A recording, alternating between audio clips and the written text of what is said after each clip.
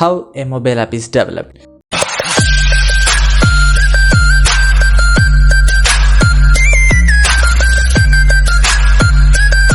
When a client approaches us to develop a mobile application for them, we mainly ask 4 questions: in which all platforms the application should work, does any of the following features like camera, GPS and others are being used, this application is going to be a static one or the dynamic one, there will be an exchange of disclosure agreement to protect their ideas.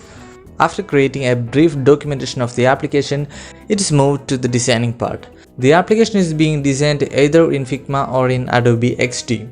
The entire designs will be based on the client's requirement and creativeness of the designer. After creating the entire user interface of the mobile application, it is just moved to the development area. From there, the Android mobile developer starts to build the application. To build the application, he will start by creating a new project.